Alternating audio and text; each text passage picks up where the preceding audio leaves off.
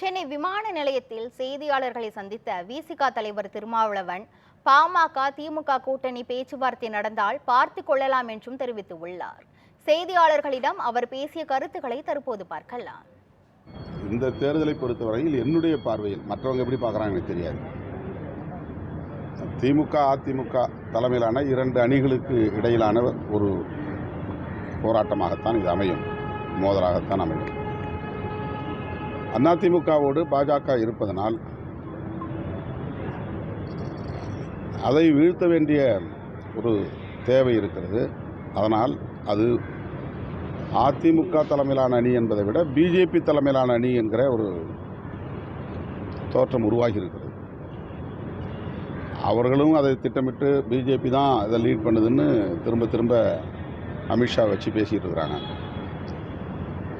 என்னை போன்றவருடைய பார்வையிலும் கூட அதிமுக ரொம்ப சைலண்ட்டாக இருக்குது, பிஜேபி ரொம்ப ஆக்டிவாக இருக்குது.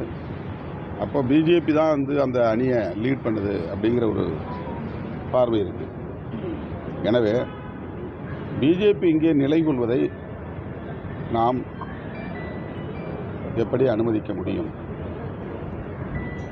தமிழ்நாட்டில் சமூக நீதிக்கான குரல் கடந்த அரை நூற்றாண்டுகளுக்கு மேலாக வலுவாக ஒலித்துக் கொண்டிருக்கிறது.